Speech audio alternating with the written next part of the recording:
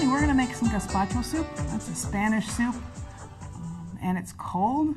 And if you can look at all the array of ingredients we have all kinds of vegetables. And it's a great way to eat your vegetables. So we're going to take some fresh tomatoes. So I've cut my tomatoes here. There's a method to my madness as to what ingredients I'm putting in with the tomatoes. And the reason I'm doing that is I want to make sure that I am pureeing some of my tomatoes to a liquid state. So I'm going to do a few tomatoes here. And if you can hand me the garlic clove. Yes. I have 2 small garlic cloves, 1 medium or 1 large would be okay. And I have a jalapeno that's been seeded and halved. Okay. And I'm going to put that in here. Can you guess why I'm putting these particular ones in now? So you don't get like the big chunk of. Right. So you get it inside. Right. We want it kind of liquidy. We don't really want the jalapeno to be too chunky. May I have the green onions? We're using some scallions. You could use a red onion in here, or you could use chives. And I'm just going to cut and tear these. The more you tear your vegetables, the easier it is. Now, we have both water and tomato juice to put into this mixture, and one of the reasons we put liquids in here is to get it moving in the blender. Sometimes the blender gets stuck, and in this case, we're going to put a little bit of liquid. I like some bottled tomato juice, or even fresh tomato juice would be good. I like to put the liquid in here so it gets the vegetables moving. Now, Courtney, I'm going to move aside this cutting board, and we're going to put our bowl that we're going to put our vegetable soup in. So what we're going to do is we're going to do all our soup blending in a batch. Going to overflow if we don't. Okay. This is the mixture that we want to have liquid and no real big chunks. So let's go ahead and get started on that.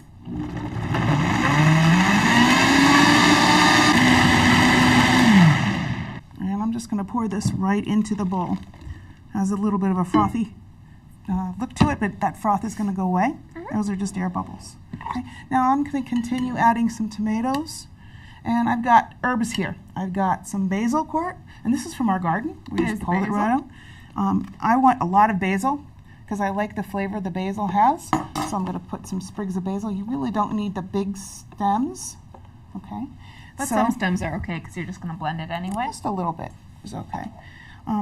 And I'm going to put some cilantro, which I like a lot of. And you can use the stems and all with the cilantro. That's just perfect. The one thing you really want to be careful with this soup is not to put too much parsley in. Parsley is a very strong herb. And if you put too much parsley in, that's pretty much all you're going to taste. Okay.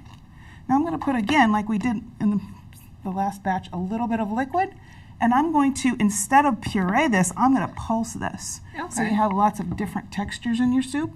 So I'm going to start it out on a slow speed, and I'm going to pulse it. So I want to instantly turn the blender on a little bit and get some chunks.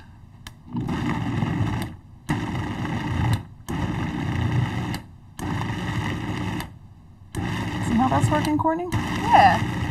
So it's not going to be smooth.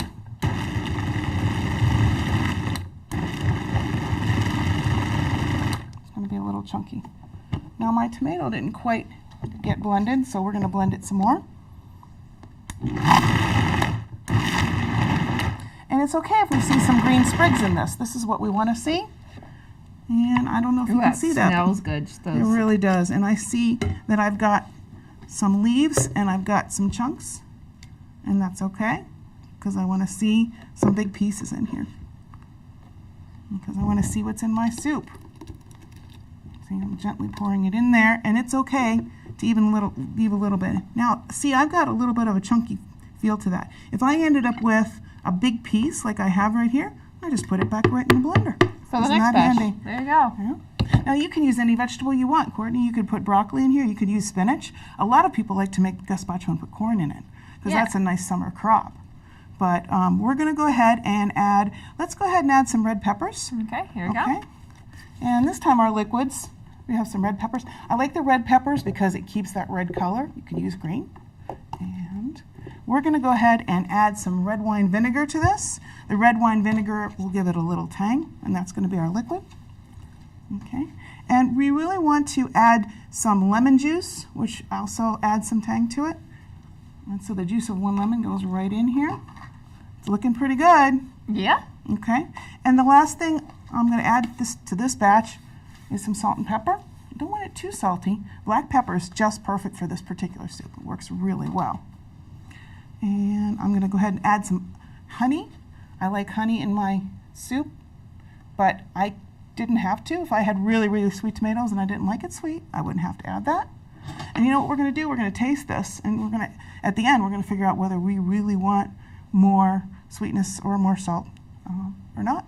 And then I'm going to add some more tomatoes. We're getting to the point. We're looking good. It's a little bit of a process. It's not a straightforward cut and dry process. Okay, and now I'm going to add a little bit of the tomato juice. Again, we want enough liquid that we want this moving. For this particular mixture, I'm going to puree it a little bit more than I did the last. But not too much. Very quickly. And you can see I still have some texture there. I like mine with texture, but you don't have to have texture. You can see the little chunks of the red pepper. So could you use a food processor for this? Definitely could. In fact, if you wanted to, you could use a food mill. And that's a little... What's a food mill? It's a tool that you would hook on your counter, and my mother used one, and you can crank it. Now, I like the kind of chunky look I have here. See how pretty that looks? And it has some chunks going. Now we're getting there. It still looks a little green, though. I like the herbs that I can see. Yeah, those are nice. I could turn this into a puree if I wanted to. Yeah. Okay. The next thing we're going to do is go ahead and add some oil. We want Right olive into oil. here? We're going to add some oil right into the blender. The reason we want to add the oil into the blender, it's a nice fruity green olive oil, extra virgin, is we want to create an emulsion. Okay. And otherwise the oil is just going to sit on the top. So putting it in the blender is going to get it blended in, and rather than having the oil separate, it's going to blend right in with the soup. Perfect. Yeah, so I'm going to put some more tomato chunks. Now I could be done now, but I really like a lot of the fresh tomato flavor in here. Tomatoes are the best thing during the summer, all those fresh tomatoes. I know. And heirloom tomatoes are nice in here. Oh, Other yeah, types definitely. of tomato. Cherry tomatoes would be perfect too. You know, if you were in the winter and you didn't have fresh tomatoes, you could use canned. It might not taste as good, but you could. Okay. So we're going to blend it a little bit more.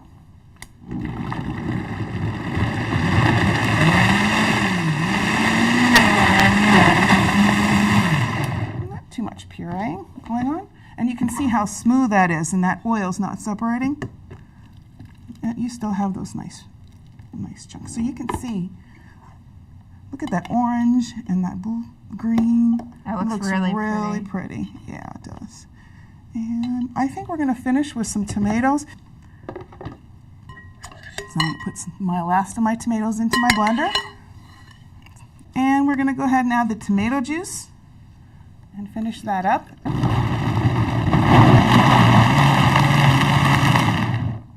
Okay.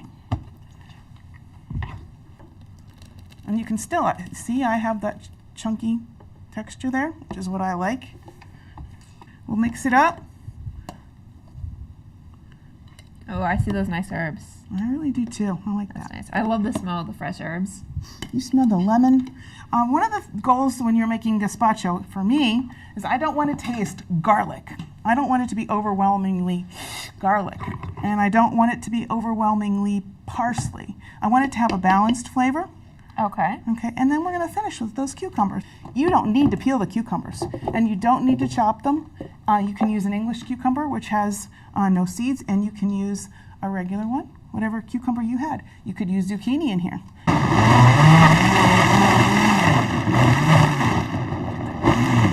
Get the glasses over there. All right, and we have some green chunks right here. Oh, yeah. Look at that. So it has orange color and it has green color, and it's all combined, and it looks lovely. And we've got our lovely pretty glasses to put it in. Really healthy Look at too. these. Oh, that's beautiful. I like to serve it in a martini glass. Traditional gazpacho, sometimes people add just a slice of bread to thicken it up. But for me, I think that's just thick enough, and I think it's just perfect. Here's to our health. It's a soup martini. Enjoy.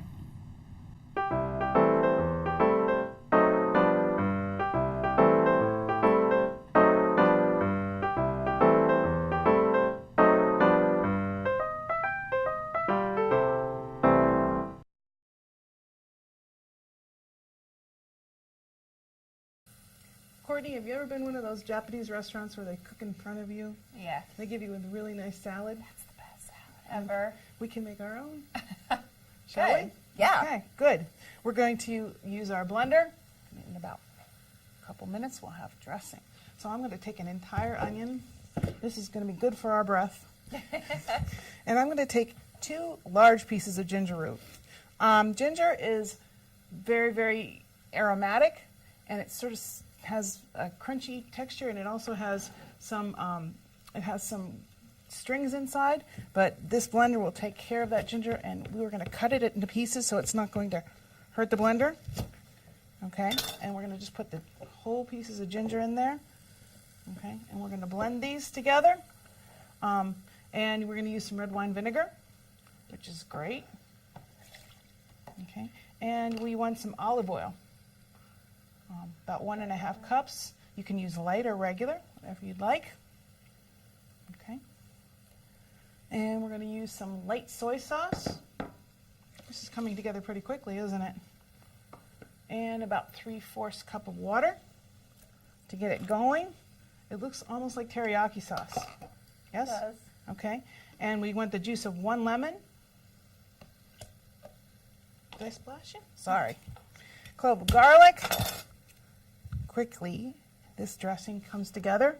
And about 6 tablespoons or 1 tube of tomato paste.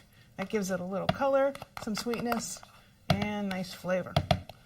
We're going to take our dressing, and we're going to use our dressing in our salad. You're going to blend it for me? Perfect. Yeah. So I want it like completely combined together, right? Right, so you're going to start it on low, and start.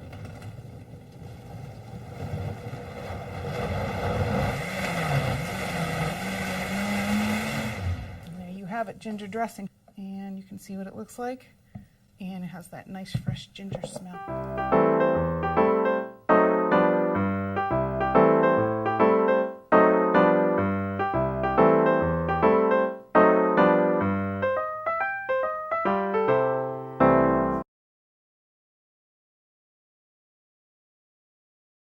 If you're going to make a spring roll salad, sometimes you need a peanut dressing. Mm-hmm. If you make a spring roll, you need a peanut dip. This is going to be our dressing. Okay? So we're going to take some peanut butter. You can use crunchy or creamy. We're going to go ahead and use creamy today. And so you can see, go ahead and put my peanut butter in here. Now to melt my peanut butter, I want some pretty hot water. Okay? And I'm just going to go ahead and add some hot water to that. And we need the juice of a lime because that gives it a little zing. And I'm going to use my handy dandy lime squeezer. Right there. 1 lime, 2 limes. You want to pour the soy sauce in there for me? Yeah. We're going to use some soy sauce to give it a little saltiness and some color. And sugar. Would you do the sugar for me, please? Yes. Go ahead whenever you're ready. And since I like a little spice in my dressing, I'm going to go ahead. Yep, you can add it all. And I'm going to add a pinch of cayenne pepper. Now this stuff is pretty strong. I just need a pinch, and we're done. Next thing we're going to do is mix it, and we're ready to go with our peanut dressing. Maybe a wire whisk would be a nice tool for that, do you think? And you could use this as a peanut dressing or as a dip. You know, it's great on regular pasta. So, Courtney, I think what we're going to do is we're going to go ahead and heat that in the microwave. That should be good. We just want it warmed. The water wasn't quite boiling. We're going to continue stirring our peanut dressing, and as you can see, it's starting to thicken up. There aren't any peanut butter chunks in it, and it's nice and smooth, and actually it helped put it in the microwave. So we're all set. Our peanut dressing's ready to go.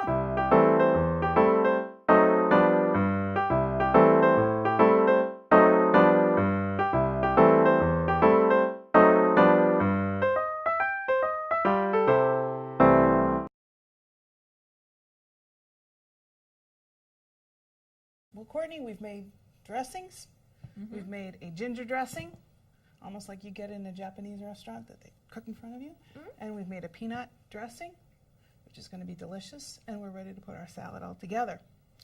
Okay, so what I've got here is some cooked rice fettuccine. You could use rice vermicelli or rice noodles. You definitely could use wheat noodles if you didn't have rice ones. Okay. But we like rice because it's an Asian salad. And I've got some bean sprouts that have been cleaned. I've got some fresh mint from our garden, all part of the sides for our barbecue, some red pepper that we've diced, some grated carrots for color. I've got some fresh cilantro, and I've got shredded Napa cabbage. Napa cabbage is a very mild cabbage. It's an Asian product. It's from Asia, and it doesn't have that strong cabbage smell, so even if you cooked it, it's very, very mild, and it's nice, and it melts right into the salad. I've got a few chives for extra color, some green onions, and we're going to put it together, and look at that. We're going to serve it in a really pretty lettuce cup. Won't that be nice? Now, if you wanted to, and you weren't a vegetarian like your brother, we could put some grilled chicken on top, so we're going to show how that would, this could be an entree also for our barbecue. Okay, so do you want to go ahead and put the rice fettuccine right in the bowl? Yes. The way I cooked the rice fettuccine was I actually soaked it in some hot boiling water for a little bit, and it just, it actually cooks rather than you don't have to boil it or anything, which is great. Okay, so, and we're going to get our bean sprouts. You want to put those in next, and I'll get our mint and our green onions, and I'll get those ready to process, dice. Okay, and the bean sprouts will kind of melt into nothing, so you can have plenty of bean sprouts. Go ahead, put those in there. Okay, and the red pepper. This is kind of, everything was ready to go, which is the nice way to do it. Some carrots, sweetheart. Nicely done. Okay, see the nice pretty colors we have there. Next thing I'm going to do is I'm going to chop some fresh mint. You don't need a lot of mint because mint tends to be very strong. I'm rolling it into a chiffonade. Okay, and I want to make sure I get my mint chopped up small because it's strong, so you don't want to take a great big bite of mint when you're eating your salad. So we want it chopped up nice and small. You want to chop your mint ahead of time. If you're going to do this salad for a barbecue, like we're doing, you would just do the mint at the very last minute. Number one, it discolors. Number two, it's going to get all soggy. So we're going to put our mint in there. And I'm going to use a little green onion. I'm going to use about 4. I like onions, but you don't have to use them. You could use chives or a regular onion if you wanted to. Summer onions are nice. Chop scallions quickly. Just cut them in half. Curl your fingers under. Make some cuts, and boom. Now, the idea behind the salad, Courtney, I don't know if I told you this, but have you ever had a spring roll before? Yeah. So we've made spring rolls at home, and they're difficult to do. You have to roll the rice paper, and they take a lot of time. The nice thing about this salad is it's exactly the same ingredients that we put in our spring rolls, but it's a salad, so it's made in a matter of minutes. Nice. So you don't have to take as long to do that. Perfect. Yeah, isn't that pretty? We have some nice red, we have some nice green, we have orange. Now I'm going to take a little bit of cilantro. And again, that's strong, so I don't need the whole bunch. I like a lot of cilantro, though. I'm going to chop that up quickly. Look at that. Mix that up for me, sweetie? I'd love to. Thank you. In the meantime, while Courtney's mixing the salad, I'm going to show you how we can do a grilled chicken breast right on top of this and make it look really pretty.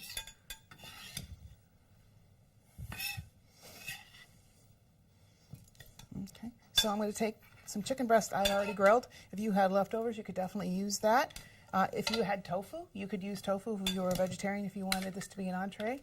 These are just strips of cooked chicken, and that'll be really pretty on top with all those grill marks. I'm going to go ahead and use the ginger dressing to show you how it would look tossed. Now you could put it into your cup without tossing it like this. Okay, and I would just mix it up like that. Put it into our cup, and we could label the dressing on it. Or we could put our dressing on ahead of time, which is what I'd like to do. I like my dressing mixed in with my salad. And I think it gives this a little extra more flavor to even let it sit. The salad is something you could actually make ahead of time. You could mix the salad up and let the flavors melt. And it's kind of a nice mixture between the noodles and the dressing and lots of vegetables. See how pretty that is? And can you smell that ginger? That smells delicious. It really does smell very good. Okay, if I wanted to cook my chicken in my ginger dressing, I could have marinated my chicken in that ginger dressing, and that would have been fine. So we're going to go ahead and put this ginger dressing into our our cup. And there you have it. If we wanted to do our chicken, we just put it right on top. And you have a lovely entree. And then you might want to serve a little extra dressing on the side. I might want to put a little bit more dressing on mine. And there you have it. Spring roll salad. Cilantro. Oh, nice touch. Good job. Perfect.